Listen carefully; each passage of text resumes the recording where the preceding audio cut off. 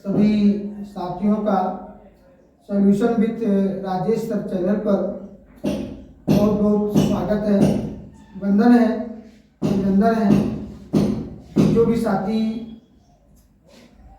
UP TET, CTET या UPP की तैयारी कर रहे हैं, सभी को solution with Rajesh sir channel की ओर से ढेर सारी शुभकामनाएं।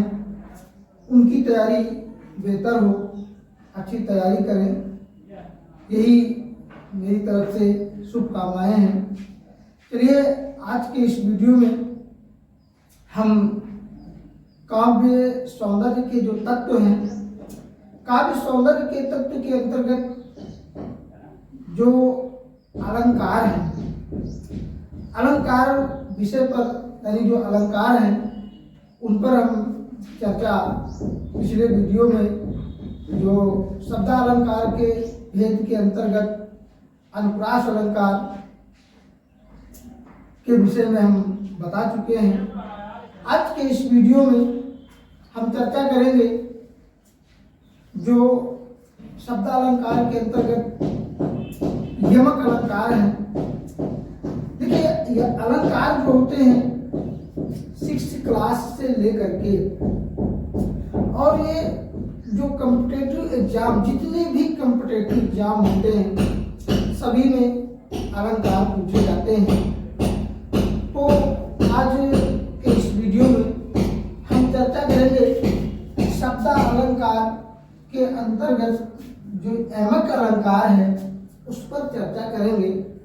देखिए यमक अलंकार क्या है कि किसी काव्य का सौंदर्य बढ़ाने में, ध्यान से सुनिएगा, किसी काव्य का सौंदर्य बढ़ाने में एक ही शब्द जब 2 बार या उससे अधिक बार प्रयोग हो, किसी काव्य का सौंदर्य बढ़ाने में, क्योंकि अलंकारों का प्रयोग कहाँ होता है? काव्य की सुंदरता बढ़ाने के लिए, काव्य की शोभा बढ़ाने के लिए। तो जब किसी काव्य में या किसी काव्य का सौंदर्य बढ़ाने में एक ही शब्द जब 2 बार या उससे अधिक बार प्रयोग हो या उससे अधिक बार प्रयोग हो, लेकिन उस शब्द के अर्थ अलग अलग है। एक बार फिर से देख लीजिए कि जब किसी काव्य का सौंदर्य बढ़ाने में एक ही शब्द जब 2 बार या उससे अधिक बार प्रयोग हो, लेकिन उस शब्द के अर्थ अलग अलग लगाए जाए, अलग अलग आए, तो वहां यमक अलंकार होता है। परिभाषा समझ में आ गई होगी कि जब किसी काव्य का सौंदर्य बढ़ाने में एक ही शब्द 2 बार या उससे अधिक बार प्रयोग हो, परंतु उस शब्द के अर्थ अलग अलग लगाए जाए, तो वहां पर यमक अलंकार होता है। उदाहरण के लिए हमने लिखा कि काली घटा का घमंड घटा, काली घटा का घमंड घटा। देखिए यहाँ पर जो घटा शब्द है 2 बार प्रयोग हुआ है, घटा शब्द 2 बार प्रयोग हुआ है। यहाँ पर जो काली घटा है, यानी घटा का अर्थ बादल से यहाँ लगाया गया है, यानी काले बादलों का क्या हुआ?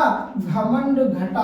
और जो यहाँ दूसरा घटा शब्द है इसका अर्थ है कम पड़ना, इसका अर्थ है कम पड़ना। और इसका जो ये घटा है, पहले जो घटा शब्द आया है, इसका अर्थ है बादल। तो काली घटा का घमंड घटा, यहाँ पर घटा शब्द 2 बार आया है। परिभाषा क्या है कि काव्य की शोभा बढ़ाने के लिए या काव्य का सौंदर्य बढ़ाने में एक ही शब्द क्या है? घटा। घटा शब्द एक ही है, 2 बार प्रयोग हुआ है। दो बार प्रयोग हुआ है, लेकिन इसके दोनों के अर्थ अलग अलग हैं। दोनों के अर्थ अलग अलग हैं, इसलिए यहाँ यमक अलंकार है। ठीक है, अगला उदाहरण क्या है नेक्स्ट, कि सजना है मुझे सजना के लिए, सजना है मुझे सजना के लिए, जरा उल्टी लटे सवार लूं, जरा उल्टी लटे सवार लूं, हर अंग का रंग निखार लूं, हर अंग का रंग निखार लूं। क्यों? क्योंकि सजना है मुझे सजना के लिए। यहां पर देखिए सजना शब्द दो बार प्रयोग हुआ है, यहाँ पर सजना शब्द दो बार प्रयोग हुआ है। यहाँ जो पहला सजना शब्द है इसका है क्या, सजना यानी संवारना। जो पहले शब्द आया है सजना, इसका अर्थ है संवारना, और जो दूसरा सजना शब्द आया है इसका अर्थ है प्रियतम या पति, प्रियतम या पति। तो यानी कोई नायिका है और वो नायिका कह रही है कि सजना है मुझे सजना के लिए, अर्थात मुझे श्रृंगार करना है, अपने आप को संवारना है, किसके लिए, अपने प्रियतम के लिए या अपने पति के लिए। तो यहाँ पर क्या है, यमक अलंकार है। क्यों? क्योंकि सजना शब्द दो बार प्रयोग हुआ है, सजना शब्द दो बार प्रयोग हुआ है, इसलिए यहाँ पर यमक अलंकार है। और भी इसके देखिए उदाहरण, क्योंकि जो एग्जाम होता है, कॉम्पिटिटिव एग्जाम जो भी होते हैं, उसमें क्या है कि उदाहरण ही दिए जाते हैं, उसमें उदाहरण ही दिए जाते हैं और उसमें पूछा जाता है कि कौन सा अलंकार है। अगला जो उदाहरण है क्या, लाली लाली डोलिया, लाली लाली डोलिया में लाली रे दुल्हनिया, लाली रे दुल्हनिया। देखिए उदाहरण है कि लाली लाली डोलिया में लाली रे दुल्हनिया, और जो दूसरी पंक्ति है, पिया की पियारी, पिया की पियारी भोली भाली रे दुल्हनिया। ये उदाहरण देख लीजिए। यहाँ पर अरे लाली लाली डोलिया में लाली रे दुल्हनिया, और पिया की पियारी भोली भाली रे दुल्हनिया। क्या, अरे लाली लाली डोलिया में लाली रे दुल्हनिया, और पिया की पियारी भोली भाली रे दुल्हनिया। तो यहाँ पर देखिए क्या है, लाली लाली और लाली।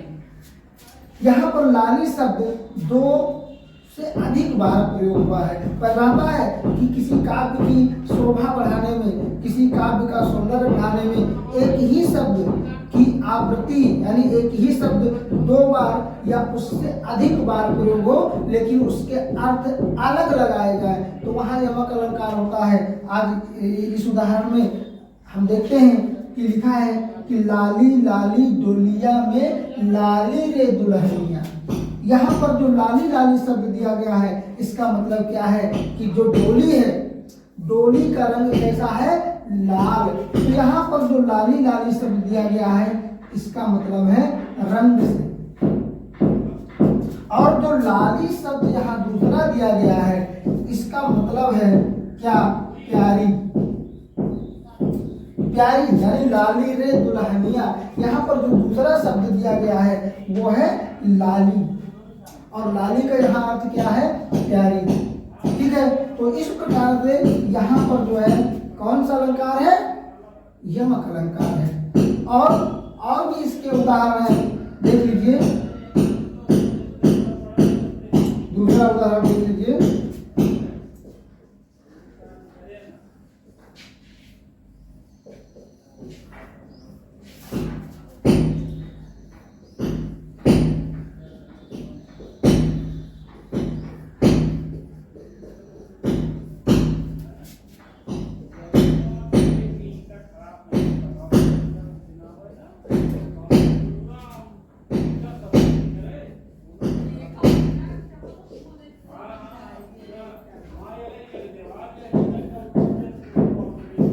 लिखा है, और वो फिरकी वाली तू कल फिर जाना, नहीं फिर जाना तू अपनी जुबान से, तेरे नैना है बड़े बेईमान से। ओ फिरकी वाली तू कल फिर आना, नहीं फिर जाना तू अपनी जुबान से, कि तेरे नैना है बड़े बेईमान से।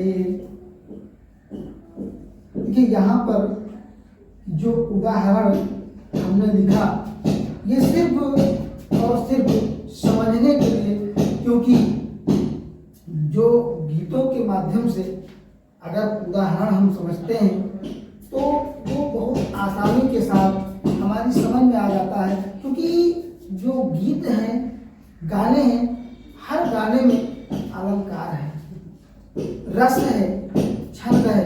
अगर जो भी काव्य है या गीत संगीत है, अगर उसमें रस नहीं है, छंद नहीं है, अलंकार नहीं है, तो वो काव्य नहीं कहलाता है, पद्य नहीं कहलाता है, फिर वो गद्य हो जाता है। क्योंकि जो गद्य होते हैं, गद्य होता है, गद्य के विषय होते हैं विचार प्रधान होते हैं, और जो पद्य होता है, पद्य के विषय भाव प्रधान होते हैं।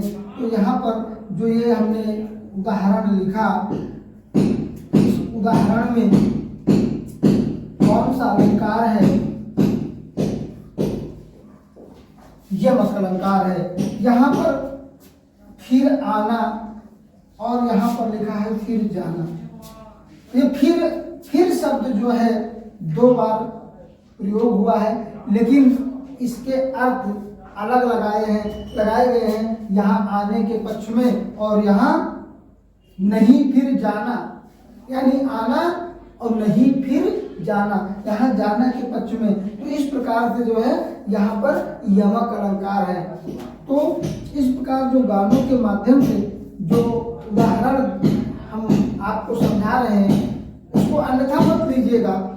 क्यों? सिर्फ इसका जो यहाँ पर गाने के माध्यम से जो उदाहरण यहाँ लिख रहे हैं, सिर्फ और सिर्फ आपको समझाने के लिए और आपके मन मस्तिष्क में ये याद रहे, इसलिए गानों का प्रयोग इस अलंकार में हमने किया है। तो सभी साथी लगभग काफ़ी समझदार हैं, अच्छी तैयारी कर रहे हैं, मेहनत कर रहे हैं, तो इसको समझ गए होंगे। उसके बाद में जो अगला शब्द अलंकार के अंतर्गत अलंकार होता है वो है श्लेष अलंकार। तो एक बार सभी साथी स्क्रीनशॉट ले लें, और उसके बाद में जो अगला अलंकार है श्लेष अलंकार, उसको हम बताएंगे। श्लेष अलंकार शब्द अलंकार के अंतर्गत आता है। तो श्लेष अलंकार के क्या है डेफिनेशन, क्या है परिभाषा, बारी बारी से हम सभी अलंकारों पर चर्चा करेंगे। जितने भी अलंकार हैं सब आपको पढ़ने को मिलेंगे।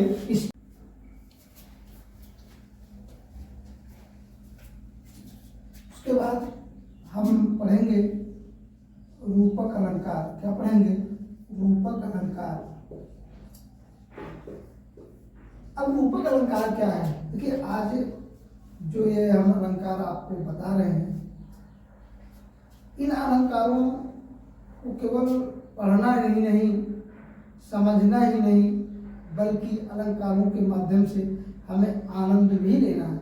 यानी जो विषय, जो भी चीज़ हम आनंद के साथ पढ़ते हैं, आनंद के साथ करते हैं, वो हमारी समझ में बहुत जल्दी आता है। तो इसलिए हमने इसमें जो है आनंद भी सम्मिलित किया है, ताकि पढ़ते पढ़ते आप बोर न हो जाएं, आपको आनंद आएगा, तभी आपकी समझ में आएगा। चलिए हम देर न करते हुए पढ़ते हैं रूपक अलंकार। रूपक अलंकार क्या है? जहाँ पर उपमेय में उपमान का भेद रहित आरोप हो,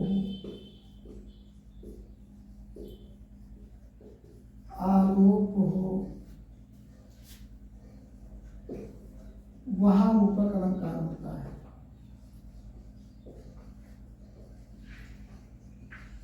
वहां रूपक अलंकार होता है। क्या होता है कि जहां पर उपमेय में उपमान का, जहां पर उपमेय में उपमान का भेद रहित आरोप हो। ठीक है, क्या हो कि जहां पर उपमेय में उपमान का भेद रहित आरोप हो वहां रूपक अलंकार होता है। यानी भेद रहित आरोप हो, यानी भेद ना हो, उपमेय में उपमान का भेद, कोई भेद ना हो, भेद रहित आरोप हो, यानी अभेद आरोप हो, वहां पर रूपक अलंकार होता है। जहां पर उपमेय में उपमान का भेद रहित आरोप हो, यानी अभेद आरोप, वहां पर रूपक अलंकार होता है। ठीक है, देखिए जैसे उदाहरण के लिए क्या है कि चरण कमल बंदो हरि राई। ठीक है, यहाँ पर देखिए चरण कमल बंदो हरि राई, यहाँ पर देखिए क्या है, यहाँ पर रूपक अलंकार है। क्यों? क्योंकि यहाँ पर जो है, जो हरि के चरण हैं, हरि के चरण हैं, ये कमलवत चरण है, यानी हरि के चरणों में और कमल में कोई अंतर नहीं है। ठीक है, यहाँ पर जो है सूरदास जी हरि ईश्वर की वंदना करते हुए कहते हैं कि चरण कमल बंदो हरि राई, यानी जो है भगवान के कमलवत चरणों की, भगवान के कमलवत चरणों की वंदना की जा रही है। यानी भगवान के चरणों में और जो कमल है उसमें कोई अंतर नहीं है, यानी भेद रहित आरोप है, कोई भेद नहीं है। इसलिए यहाँ पर जो है कौन सा अलंकार है? रूपक अलंकार है। यानी रूपक अलंकार में क्या है कि जहाँ पर उपमेय में उपमान का भेद रहित आरोप हो, भेद रहित आरोप हो, वहाँ रूपक अलंकार होता है। चरण कमल बंदो हरि राई, यानी यहाँ पर जो भगवान के चरण है और कमल है, दोनों में कोई अंतर नहीं बताया गया है। यानी भगवान के कमलवत चरणों की वंदना की है। किसने? सूरदास जी ने भगवान के कमलवत चरणों की वंदना की है यहाँ पर। तो भगवान के चरणों में और कमल में कोई अंतर नहीं है, आभेद वर्णन है, आभेद आरोप है, इसलिए यहाँ पर रूपक अलंकार है। कौन सा अलंकार है? रूपक अलंकार है।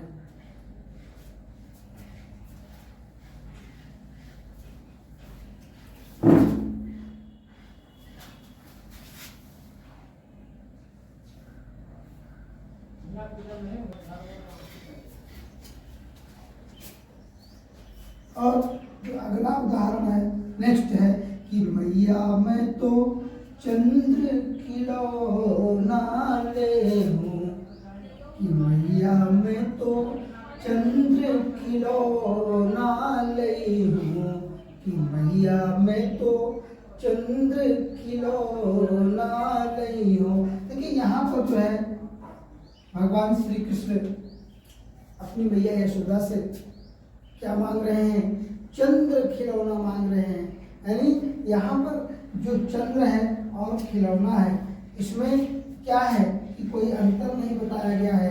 यानी भगवान श्री कृष्ण अपनी मैया यशोदा से कौन सा खिलौना मांग रहे हैं? चंद्र खिलौना मांग रहे हैं। यानी चंद्रमा में और खिलौना में कोई अंतर नहीं बताया गया है। भगवान के लिए वो जो चंद्रमा दिख रहा है वो एक खिलौना समझ रहे हैं भगवान, उसको, भगवान श्री कृष्ण उसको खिलौना समझ रहे हैं। तो इसलिए मैया से अपनी कहते हैं कि मैया मैं तो चंद्र खिलौना नहीं हूँ। तो इस प्रकार से इस उदाहरण में क्या है? कौन सा अलंकार है? वो सॉरी रूपक अलंकार है। इस उदाहरण में रूपक अलंकार है। उसके बाद में जो अगला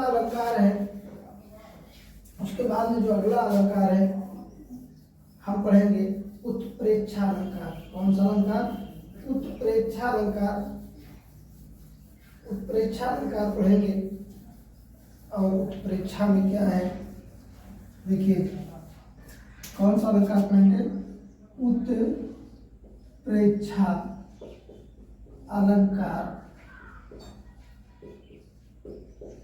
उत्प्रेक्षा अलंकार क्या है, जहां पर काव्य में उपमेय में उपमान की संभावना या कल्पना की जाए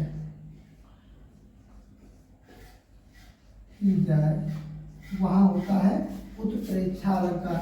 यानी जहां पर काव्य में उपमेय में उपमान की संभावना या कल्पना की जाए, जहां पर काव्य में उपमेय में उपमान की संभावना या कल्पना की जाए, यानी जहां पर काव्य में उपमेय में उपमान की संभावना या कल्पना की जाए, वहां पर उत्प्रेक्षा अलंकार होता है। वहां पर क्या होता है, उत्प्रेक्षा अलंकार होता है। इसके कुछ देखिए, कुछ इसके वाचक शब्द हैं जिनको हम देख करके ये पहचान कर लेते हैं कि ये कौन सा अलंकार है। तो इसके कुछ जो है वाचक शब्द हैं। वाचक शब्द कौन कौन से हैं इसके वाचक शब्द, जन, जानो,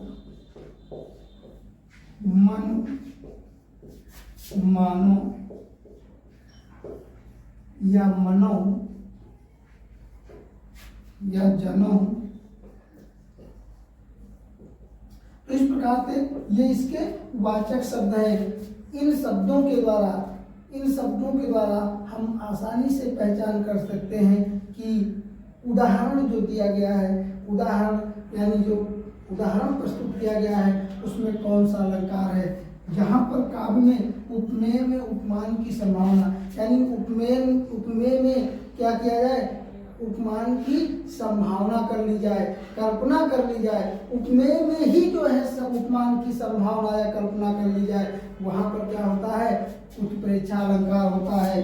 उत्प्रेक्षा अलंकार होता है कहाँ, जहाँ पर उपमेय में ही उपमान को मान लिया जाए या उपमेय की कल्पना, उसकी उपमान की जो है संभावना या कल्पना कर ली जाए। जैसे क्या है कि सोहत ओढ़े पीत पट,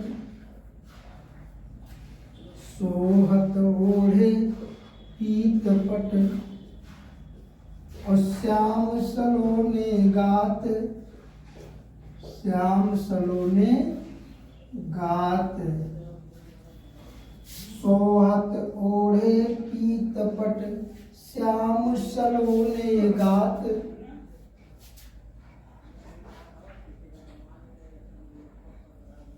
मनो नील मणि शैल पर आतप परियो प्रभात, परियो प्रभात। क्या दिया गया कि सोहत ओढ़े पीत पट और श्याम सलोने गात। सोहत ओढ़े पीत पट श्याम सलोने गात और मनो नील मणि शैल पर और आतप परियो प्रभात। यहाँ पर क्या है कि देखिए जो मनो शब्द आया है, मनो, ये उत्प्रेक्षा अलंकार का वाचक शब्द है और इसी से पता चल जाता है कि कौन सा अलंकार है, उत्प्रेक्षा अलंकार है। कौन सा अलंकार है, उत्प्रेक्षा अलंकार है। वाचक शब्दों के द्वारा हम तुरंत पहचान जाते हैं क्या कि कौन सा अलंकार है, क्योंकि जनु है, जानो है, मनु है, मानो है, मनऊ है, जनऊ है। इस प्रकार के जो शब्द हैं वो किसी भी अगर उदाहरण में दिए हो तो हमें ये समझ लेना चाहिए कि यहाँ पर कौन सा अलंकार है, उत्प्रेक्षा अलंकार है। तो इस प्रकार से हमारे जो है वीडियो और नए वीडियो को देखने के लिए हमारे चैनल को लाइक करें, सब्सक्राइब करें कमेंट करें और अपने दोस्तों को शेयर करें। हमारे वीडियो का नोटिफिकेशन आपको सबसे पहले प्राप्त हो, इसके लिए बेल आइकन को भी प्रेस करें। बेल आइकन को अगर आप प्रेस करते हैं तो जैसे ही मैं अपना कोई वीडियो अपलोड करता हूं, आपके पास तुरंत पहुंचेगा।